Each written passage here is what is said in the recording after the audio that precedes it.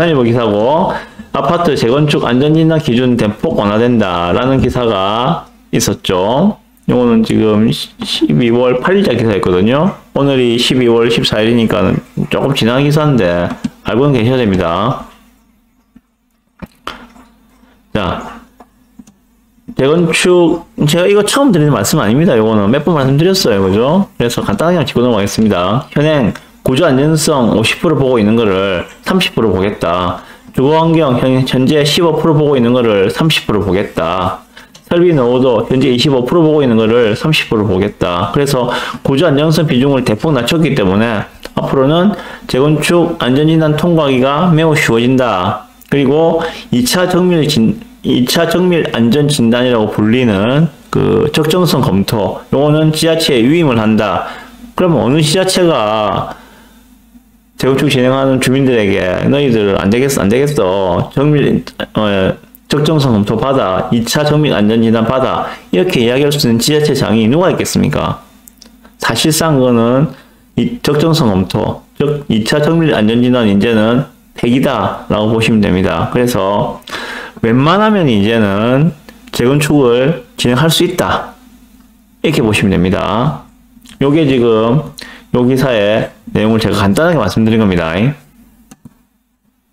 그러면 재건축 안전진단 문턱 낮아졌다. 대장급 아파트들 분주라는 기사가 부산일보 기사에 있어서 가져왔습니다. 보시면 여기 어딥니까? 딱 보면 표시나죠, 그죠? 동료키죠, 노란색. 재건축의 문턱이 낮아지며 지역 대업급 재건축 단지를 중심으로 기대감이 커지고 있다. 특히 과거 높은 문턱으로 사업 추진에 어려움이 많았던 단지들이 많아 이번 정부의 발표를 호재로 판단하고 있다. 18개동 1500세대가 넘는 1호선, 4호선 환승역 동래역을 끼고 있는 동래럭키는 지금 예비 안전진단에서 탈락했다가 지난 8월에 통과를 했습니다. 그죠? 그래서 플랜카드가 붙은 거 제가 봤거든요. 예비 안전진단 통과했다고. 그래서 이번에 이제 본 안전진단을 받게 되면은 이제 정밀 안전진단이죠. 그죠? 받게 되면은 뭐 동래럭키는 크게 문제없이 통과를 하지 않을까 생각이 들어요. 그래서 보시면 동래럭키 재건축 추진준비위원장님은 주민모금 등을 활용 4억 원 가량을 확보해 내년 상반기까지 정밀 안전 진단을 마무리하고 사업의 속도를 내겠다라고 하고 있습니다. 그 정밀 안전 진단 기금 모금 한다고 플랜카드가 지금 붙어 있습니다. 동네역에 가보시면요, 붙어 있어요. 실제로 지금 모금을 하고 있습니다. 그래서 내년 상반기 중으로 안전 진단을 받고 구역 지정을 받겠다는 게 지금 이쪽 동네역회 측의 보관입니다. 마찬가지 수영현대도 마찬가지로 속도를 내고 있다라고 하고 있습니다. 수영현대도 아깝게 떨어졌죠, 그죠? 정밀 안전진단에서 아깝게 떨어졌는데 이번에는 뭐 큰 문제 없이 되지 않겠는가 하는 생각이 들어요. 그래서 수영현대 재건축 추진준비위원장은 규제가 완화되면 기간도 지난 만큼 충분히 안전진단 기준을 넘을 수 있을 것이다. 다만 기존에 검사한 내용이 있고 단지가 더 노후화된 만큼 불필요한 신고와 비용이 들지 않도록 부산시와 정부에서 안전진단 과정을 최소화할 수 있는 방법을 찾아달라. 다시 하기도 그렇고 이전에 받은 게 있으니까 그거 가지고 다시 검토해서 이제 안전진단 통과했다고 해줘. 뭐 이런 이야기로 들립니다. 부동산 시장이 하락기에는 재건축의 진행 속도도 떨어지는데 이번 조치로 인해 재건축의 속도도 더욱 빨라질 것이다. 네, 여기가 수영현대죠, 그죠? 자, 이런 기사가 지금 재건축 관련해서 두 가지 기사를 제가 묶어서 말씀드렸습니다. 재건축은 제가 늘 말씀드렸지만 윤석열 정권 5년 동안 계속 화두로 떠올 수밖에 없습니다. 떠올 거예요, 계속적으로. 그리고 왜냐하면은 이후 정권이 되더라도 재건축은 앞으로 계속 이슈가 될 겁니다. 왜? 대상 단지들이 기하급수적으로 늘어나기 때문입니다. 지금은 그렇게 많은 편도 아니에요.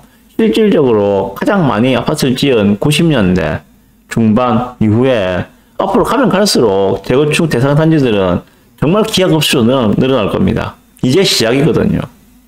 이제 시작이거든요. 좀 있으면은 이제 2000년 초반에 지은 아파트들도 2030년 초반만 되면 30년이 지나잖아요. 그죠? 걔들도 이제 재건축 가지고 난리를 칠 거라고. 가면 갈수록 늘어납니다. 이제 시작이거든요.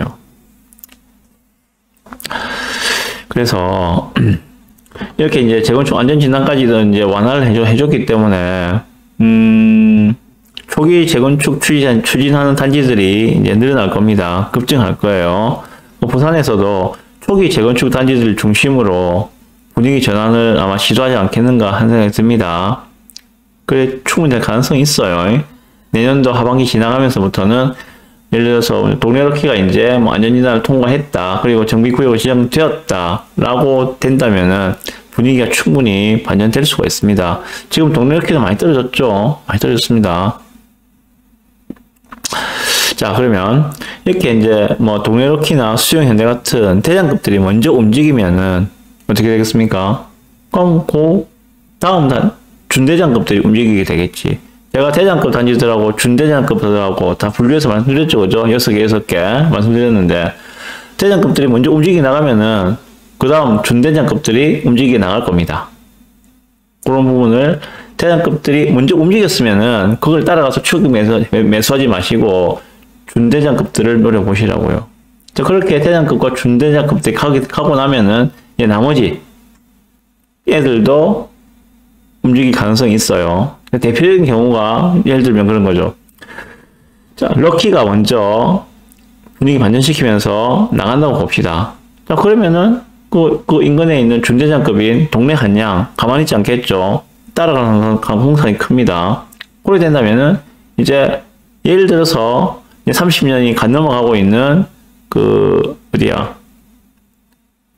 우성 베스토피아 복산동에 있는 거 걔도 꿈틀꿈틀한 가능성이 있겠죠. 자, 이런 식으로 흘러갈 공산이 있다는 것들이에요. 그래서 뭐 대장을 놓쳤다면은 대장이 너무 사기 부담스러운 가격이라서 놓쳤다면은 준대장급을 노려보는 것도 괜찮은 생각이고, 준대장급도 놓쳤다면은 아니면 가격이 비싸서 못 샀다면은 이제 막 출발하는 그런 애들을 찾아보는 것도 방법이지 않겠는가. 지금 동래구에 한정해서 예를 들어서 말씀드려봤습니다. 그런 식으로. 네, 참조하시고요.